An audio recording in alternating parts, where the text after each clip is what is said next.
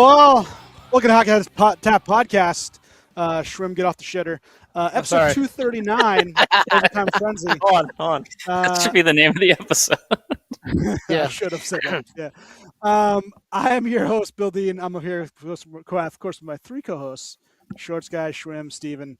We're brought to you by Primetime Radio, customer Sam Wu, and you can find us on Twitter, Instagram, Facebook, YouTube, Apple, Google Podcasts, Spotify, and iHeartRadio. Please leave us a 5-star review if you'd be ever so kind. Gentlemen, what are we drinking? Would you like me to start? Sure. Go ahead, Guy. All right. I decided I was going to pick. Had this in my cabinet, enough for one glass. My dad got this for me when he was in Peru. I think I drank it on the podcast. But Hendrix Amazonia. The only time I've ever seen it was in the duty free in Peru. Not saying that that's the only place it is, but it's the only place I've seen it. So, I'm finishing the bottle tonight. Full glass. I like it. Hey. By the way, what is in that? What is in that one that makes it Amazonia? I don't think it has anything to do with Peru because this is all. They're all bottled and distilled in Scotland. Okay. Amazonia in Scotland. Yeah. For every bottle of Hendrix Amazonia gin purchased, a tree will be planted as part of a reforestation effort in the Amazon rainforest. By our partners, one tree planted. Delightful. That's just how you say it. As far as infused with tropical flavors, inspired by a quest to the Amazon. So it doesn't really say what it's mixed with. It just says tropical flavors. Still cool. Yeah. Okay. I like it. The bottle's awesome too. You can keep the bottle. Shorts. Same thing. Battle yellow flashing lights. Rage is on. This keg never ends. That's fine. Never ends. I like it. Shrimp. Is it a nice glass of water from your toilet bowl? No, it could be though. Some toilet wine. It's still fermenting. But no, I had a little visitor during the week, and he brought me a beer, a little Este. Got me. Oh hell yeah, I did. It was a Sierra Nevada Citra. I'm gonna try this bad boy out. Hey, is it a hazy? Yeah, it is. Hazy IPA. Nice. Try this bad boy out today. Like that. It's quite nice. Crack it open. I do like it. I am going with. I visited Penning's on Sunday. Actually, just Eric and I had a little boys' day because the girls went to a high tea in Warwick, and I got Cherry Classic Penning's. I also got a growler of some peach mango sour, which we will all enjoy maybe this weekend coming up. All right. Well, let's get to what's on tap for today's episode. Here's our weekly snapshot. The NHL Stanley Cup Final has been raging. 2 overtime games, one nail biter at the end. Obviously, game 1, 5-4. But yeah, last 2 games decided by overtime. Vegas up 2-1 in the series. It's been pretty exciting series. The goaltending has stunk, and I think we all kind of expected that. We wanted Carter to suck because he's a horrible piece of shit. Yeah. But Anderson has also sucked just as much, if not more. And I just saw that he was not at practice, and Brandon Busey was in that. So I don't know if that's maybe he's getting maintenance, if he's really injured, or if it's just a way to salvage his could be maybe his headspace. I think they just give him a day because he took a headshot. Did you guys? Yeah, I was going to say that. How did the concussion specialist not pull him? Because he was down for what seemed like a little while. I know they give goalies the benefit of the doubt, right? With head injuries, I feel like injuries in general, right? They give him time to try to recoup. But you could see he was dazed and confused. And how do you not pull him from that game if you're a concussion guy and just test him? It's no matter what. When you get hit in the head, it stuns you. So I'm curious if maybe they have a little bit of a different procedure with the goalies, knowing that those helmets are designed to get hit. Not that it doesn't, still doesn't hurt. Trust me, I know. Everyone here knows. It still hurts like hell sometimes, and you're dazed. It just could be, maybe a whole other procedure for goaltenders. maybe they're given a little bit more, like you said, with injuries, they get a little bit more leeway. So potentially with, with knowledge of the helmet and what it can withstand and where he gets hit. So it could be a whole bunch of things. I'm not thrilled with the NHL and concussions to begin with, so I don't really. I feel like it's just kind of par for the course. I know like different organizations handle it differently, or some seem to handle it a lot more serious than others.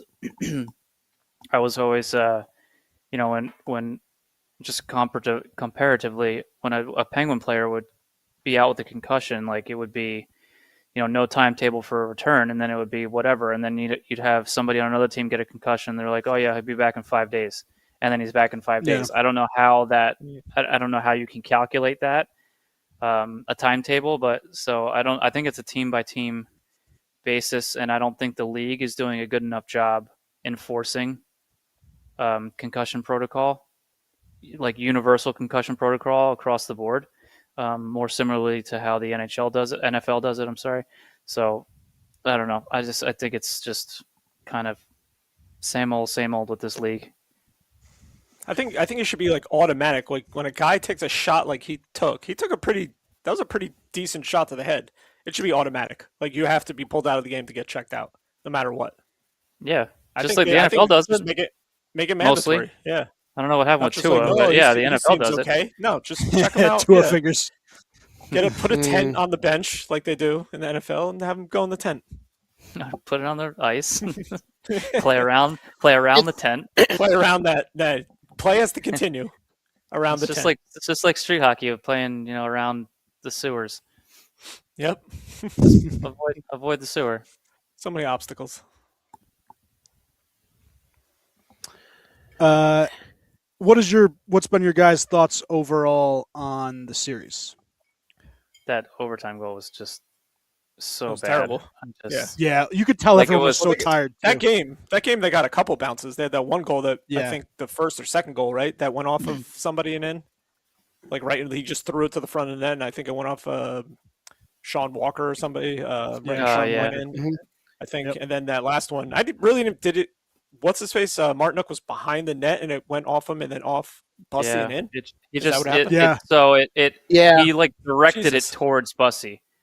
Yeah, so it hit the backboards. They hit off Martinook's skate, which then changed the trajectory of the puck. Yeah, to hit the back of Bussy's leg. Went off of the back. Yep, that was completely lucky. Barely any celebration afterwards because it was terrible. No one even how can you celebrate that?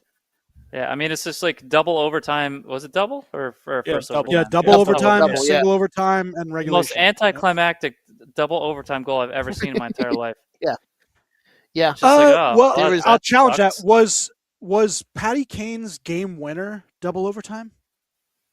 Yeah, but it was anticlimactic. It was anticlimactic because no one knew it went in. Nobody knew he scored. Yeah. It wasn't like it was a bad goal. Yeah. That was the craziest finish to a cup final game I've ever seen in my life.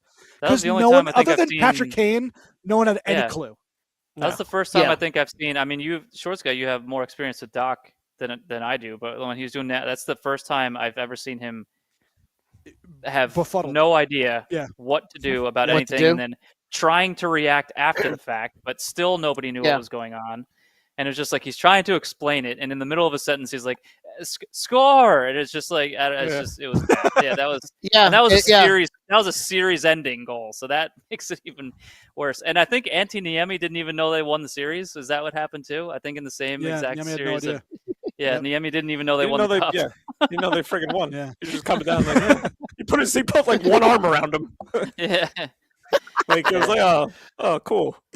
Yeah, everything about that, but it was very strange. They beat the Flyers, so that's all that matters. They did. Yeah, that is the best thing.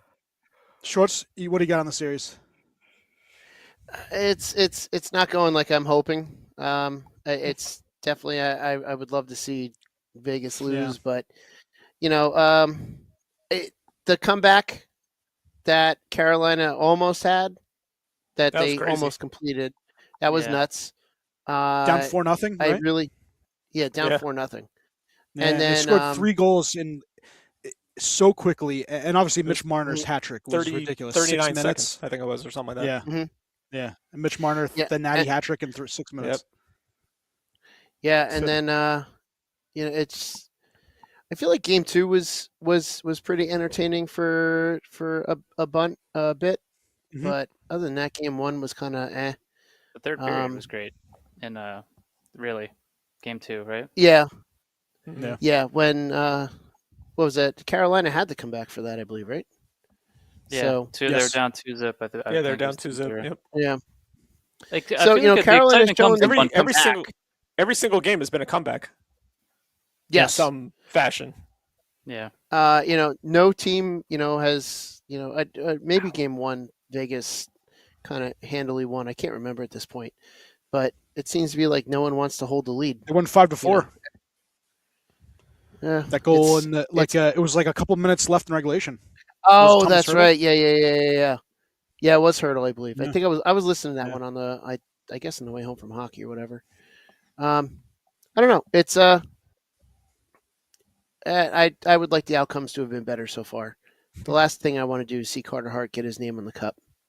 Yeah, no, I mean, I think a lot of people obviously feel that same way. Yeah. Mitch Marner has been amazing in this entire playoffs, but really this cup final has been that natural hat trick where we said in Game 3, where you just thought every puck that he had on his stick was going in the net because he was just so damn good. And versus Carolina is could have been more. Just got that penalty shot. Yeah.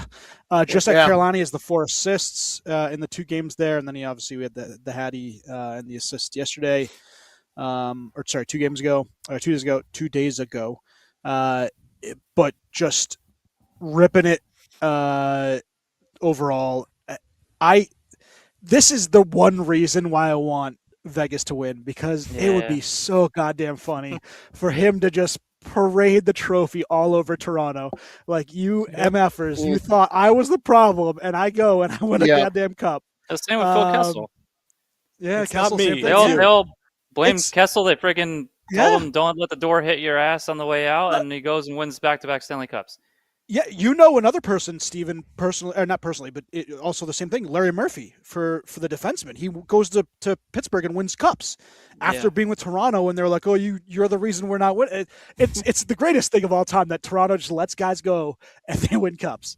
Did I hear? I didn't see the interview. I had heard somebody say that Marner said he was good because on his way out of Toronto, he didn't give them any grace when he left, which well deserved. But from my understanding is that he told that if he wins the cup, he's going to disclose more.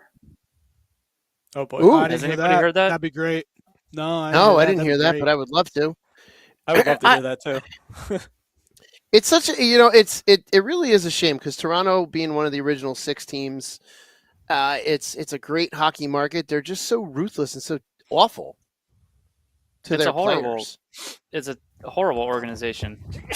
Yeah, and bless you. And by default, by extension, the fan base has become that, and the media is like some of the worst media in all of sports comes out of Toronto.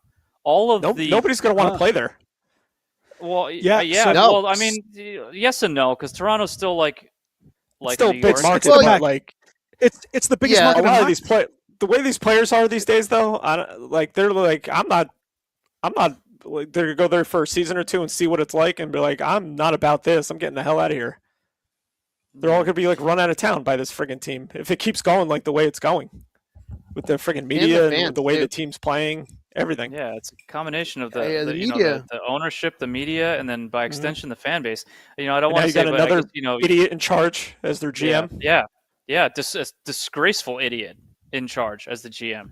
He's a friggin' businessman. He's not even like I don't know. I don't think this was a good idea for Toronto. I like the Matt Sundin thing, obviously, but the Chaika is I don't know. Steven was correct. Mitch Marner will only explain his dark times in hockey quote if Vegas wins the Stanley Cup. I didn't see that, so apparently there's a lot of receipts to be cashing. Switch it up. I kind of want to hear I want to hear the tea. As much as I want to hear it, I don't want to see Carter Hart win. Yeah, no, I still don't want them to win. I don't want to see him either. Nope.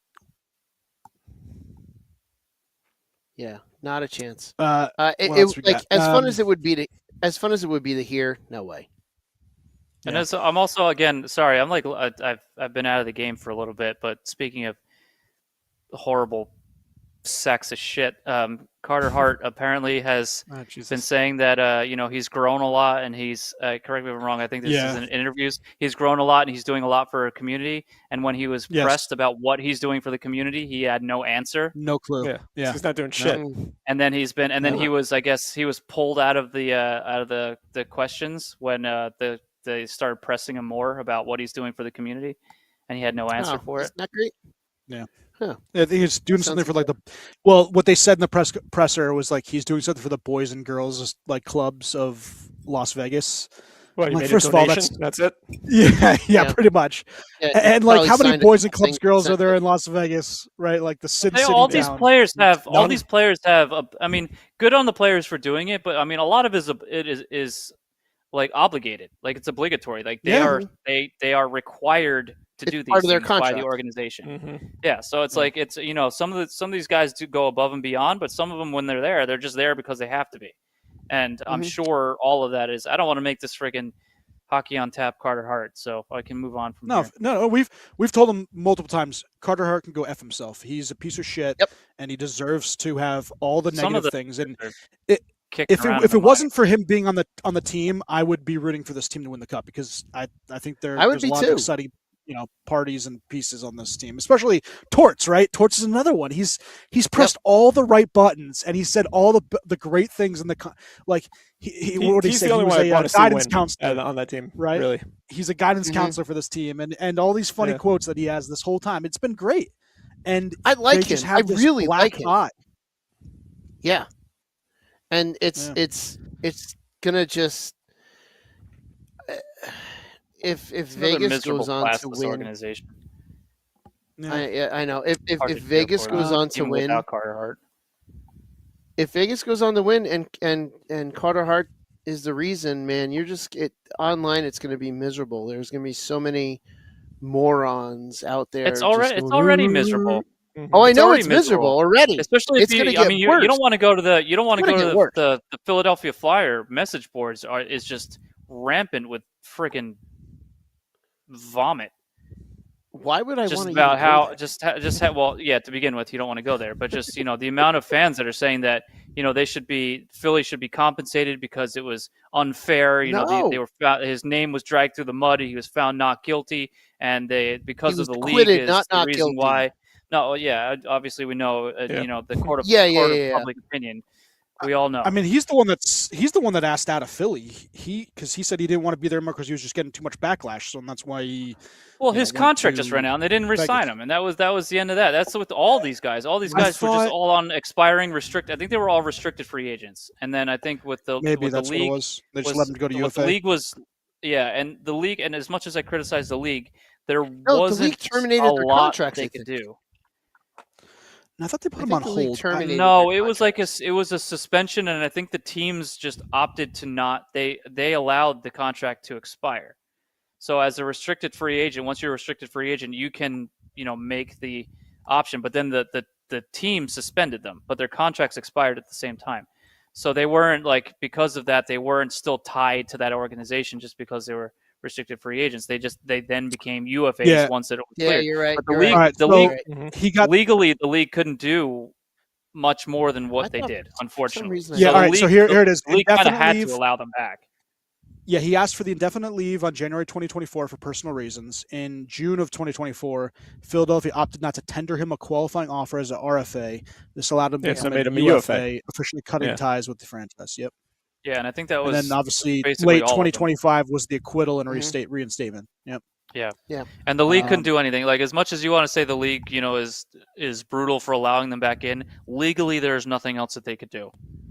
So as much as I hate the league and as much as I disparage the league, legally there's nothing else that the league could do to prevent this stuff from happening. So it was up to an organization whether or not they want class or not. And we have more than a handful of them in this league that are completely void of class. So here we Edmonton, are. Yep. We'll talk about Edmonton in a second too. Eichel doing pretty well. Same thing with Brett Howden. 13 goals is amazing in this cup he's finals. another one. What do you have? Cup 12 in the finals, regular sorry. season. 11, 12 in the 12 regular regular season. season. Yeah, Yep. Yeah, he already eclipsed. Yeah, and then Theodore has been really good. Shea, amazing. On the other side, Taylor Hall, but really it's Hall and Blake, and then the rest of their team, Stankoven, their first line's been bad, outright horrible, Nowhere. and that's part of the reason why they are where they are. They, Aho has 10 points in 16 games, and you're not going to win games if that's going to be the case with your best player. All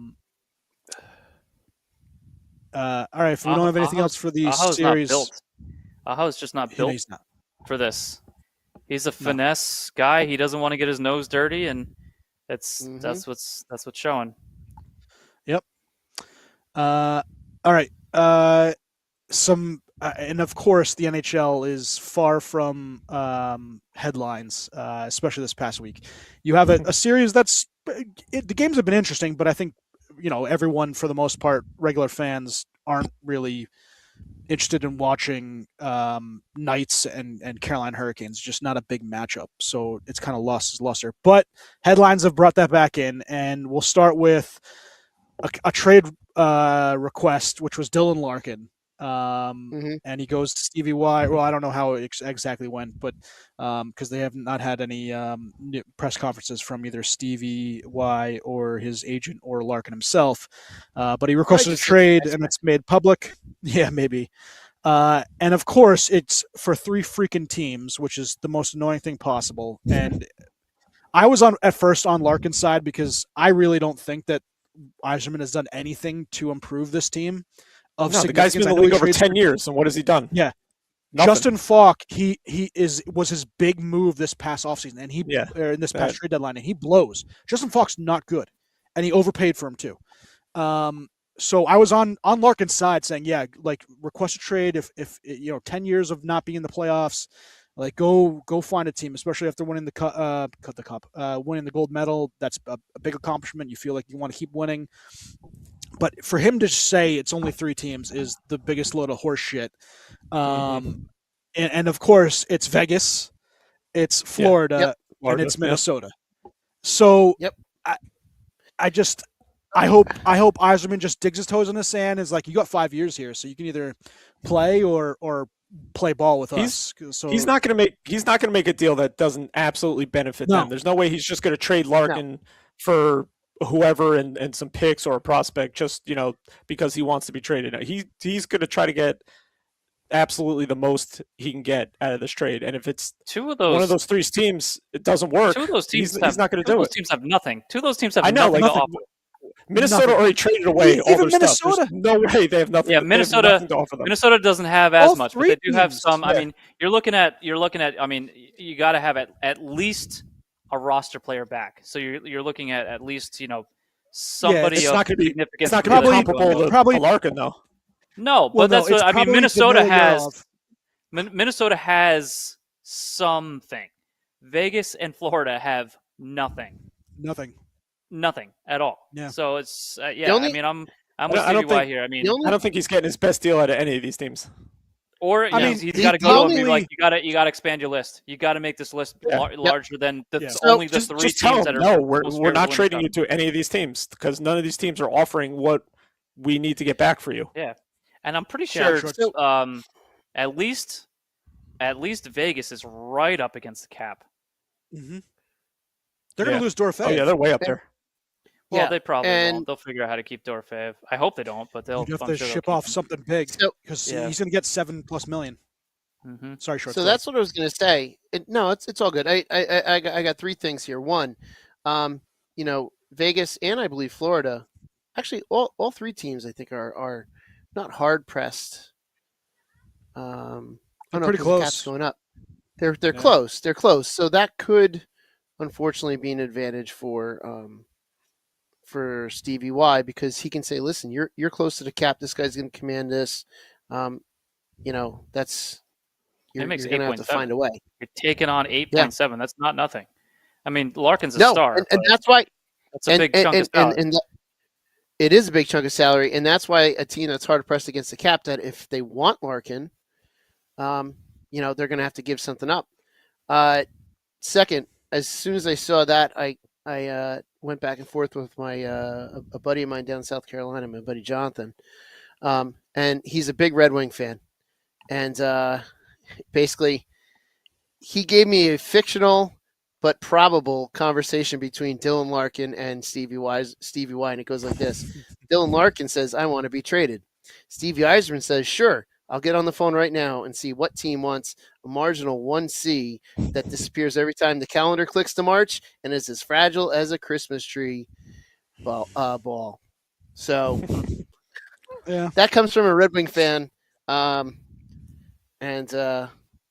he's I think his mind was just blown with that. And I had a third point. My third point too, though. You know what you're seeing though? I just got to say this: as much as it sucks to see that those are the three teams he wants to go to, those are the three teams that are willing to spend and make big moves to do whatever they can to win a cup. They're win now. Even Florida is still a win now. Still, they're all win now teams. Yeah. So that's why. Yeah, go ahead, Tristan. It's that just shows for the business that those teams are doing win now business, and we all know the three of us know that it's not sustainable. But at least Florida and Vegas will be in the basement at some point in the next 10 years. Maybe not so much Minnesota because they haven't really hit their peak yet. At least, in my opinion. But that just shows you, like, when you're in a win now and you're willing to do things and not just look at analytics and numbers and say, oh, this guy projects to win, blah, blah, blah. You know what? If you have an aggressive ownership that's willing to do it, people want to go. So I wish New Jersey was more aggressive in what they did. Vegas has $4.6 million in this upcoming, and that's not including the players. They have 15 players under contract with $4.6 million in available space. That's not great at all. Yeah. Even Tampa has Minnesota amount. Minnesota has 18 guys rostered for 12.75, and Florida has 18 players for 15.28. Now, so I was saying Minnesota would have to give up Yurov. Absolutely, he would have to go the other way, as well as probably a first and some other pieces, maybe Charlie Stramel. Florida does have the 9th overall pick, which is very valuable. And they have someone like Anton Lundell, who maybe, he's a 3C now, but maybe he's a 2C on a when you don't have the depth of Reinhart and Barkov, right? They call him Baby Barkov. So there are some pieces, but Vegas has just jack shit, and I can't see how they can make a move for someone like him, especially if they want to keep Dorofeyev. They'd have to do some major offloading. Like, I don't think someone is going to take Hurdle's contract or anything like that. So, it's amazing. Vegas makes a lot of that crazy stuff happen. That team, all that team does is acquire players by trade. They are the new Tampa players. They don't draft players. They don't sign free agents. They trade. That's how they make up their roster. So they're aggressive. They're very aggressive. You got to give them that. Their scumbag ways means that they're really aggressive in the trade market. They don't really have any player, and they just. There we go. No, I'm back. Okay. If they can find a way to better a team, out the door, in the door, it's the only thing you have to worry. One of the things you may have to worry about as a Vegas fan is whose jersey you buy, because there's no loyalty on that team at all. Yeah. All right, we'll do the funny stuff right now, which is coaches and who is going to be hired in the NHL. And this is one of my favorite things, because when I saw the news that Laviolette was going to go to the LA Kings, I was like, oh, that makes sense. He's a retread. Yep. And the NHL just can't help themselves. But then they are one-upped by their division mates, and that is the Oilers, who are closing in on a deal to hire Mike Babcock. And I just, as long as these guys have breath in them, they will always have possibilities, because the NHL can't get their heads out of their asses to go after new coaches and go after European guys or college guys, right? And David Carl's smart, right? Why would you want to go to some of these franchises, the Oilers or the Kings, that are just they're going to eventually tank? Toronto approached him also. They wanted him to come in, and he said no. Yeah, it's amazing. They just can't. NHL GMs and owners cannot get out of their own way to make smart decisions when it comes to head coaches. Wasn't Knobloch like one of the few guys that from the Rangers organization? And then Steven, didn't Pittsburgh's coach kind of come out of nowhere too? Muse? Yeah. Yeah, as another Ranger assistant coach. Rangers assistant. Yeah. Hey, you know what's supposed to be a Ranger assistant? Mike Sullivan, and then he won cups with Pittsburgh. Yay! Yeah. So it's like a couple teams are, but he's not back in Pog form. Well, I told Steven that we'll see Dan Muse in New York, red, white, and blue once he wins a couple cups with Pittsburgh. So, yeah. But yeah, like a couple teams are willing to take a flyer on a new coach, but most of them, it's like, why would you go for these guys? Like, I don't know. It's just it makes no sense. It's just when are we going to get a new coach? But they still have to. I don't know what it is, but they still have to go and do an investigation of why he was let go with Columbus. They're still doing an NHLPA investigation into claims that he violated players' privacy. Like, there's still stuff like that they have to go through first before they can hire this moron. It's amazing. Are they trying to be like scummier than Vegas? Like, next thing you know, they're going to trade for Carter Hart and bring on Mikey McLeod. That's what wins games, I guess. So they're trying to follow in their footsteps. Oh, speaking of Alberta, Carter Hart's wearing one of those Alberta frickin' secession shirts as well. He got caught with a picture. It's like, way to be even better of a scumbag. Yeah. What's even he's more checking all the boxes. All the boxes. Man, but before you know it, he's going to have a Confederate flag on the back of his truck too. They don't really if he doesn't already. Christ. Yeah. What I was just saying is, what's even more crazy is that Connor McDavid has to he probably gives sign off on this coaching search, and for him to be like, Mike Babcock's the guy I need, is lunacy. Absolute lunacy. Who was the last hunk of shit that just went there and he was like, whatever helps us win, a couple years back? Oh, right? It was a player. Yeah. Who was it? Oh, shoot. Who was that? Yeah, that they signed because he was like, he doesn't care.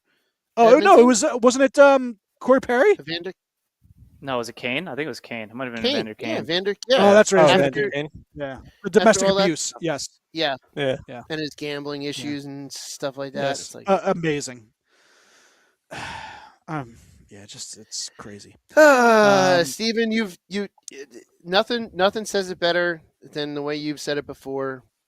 Best sport, worst league. Worst league. Yep.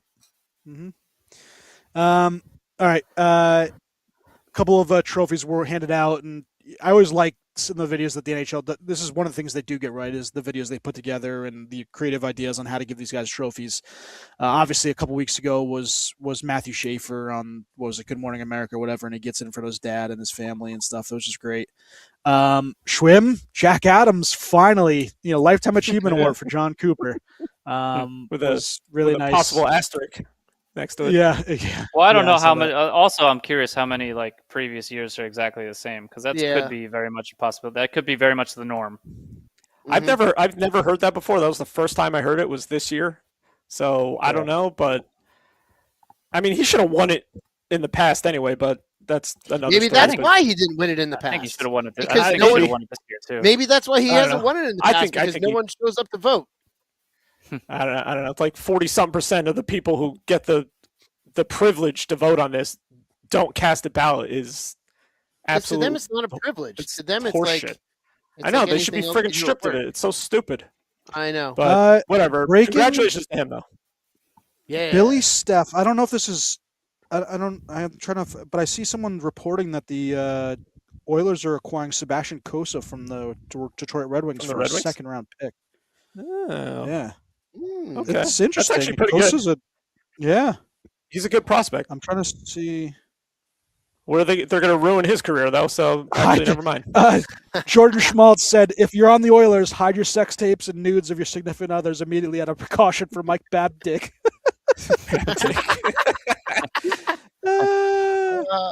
Man, that's great. It's the league still has to sign off on Babcock being able to coach or something though. But I'm sure they'll, I guarantee they'll sign off on it so that they can deflect from this Canadian hockey documentary coming out now. Yeah, I want to watch that. Apparently, it's out in the U.S. What is it? So it's a documentary about the Hockey Canada stuff that went on. Apparently, it's got evidence in there that wasn't yet or hasn't become public yet, and it's apparently pretty damning as well. So that's going to be a good watch. With essentially a 1-year McDavid window, the Oilers hiring a guy who hasn't coached an NHL game in 7 years and got fired from his last job before even stepping behind the bench would legitimately be one of the most insane management decisions of all time. It really is amazing. It's so and of course, Edmonton, right? Yeah, like they're just. You know what? You know what I think Edmonton should do? You know what they should really do? Look for a goalie. Yeah, well, maybe they got one. If Costa, this is real. I don't know.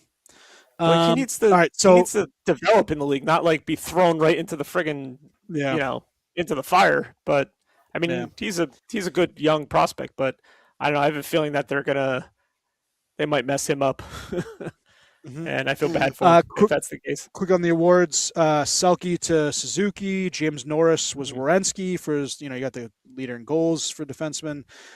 Jennings went to Wedgwood and Mackenzie Blackwood. We don't know that. The Vezina, which was Andrei Vasilevsky. So Schwim reaping in the awards over here. Did you see his video? How they gave it to him? No, that's the one I missed.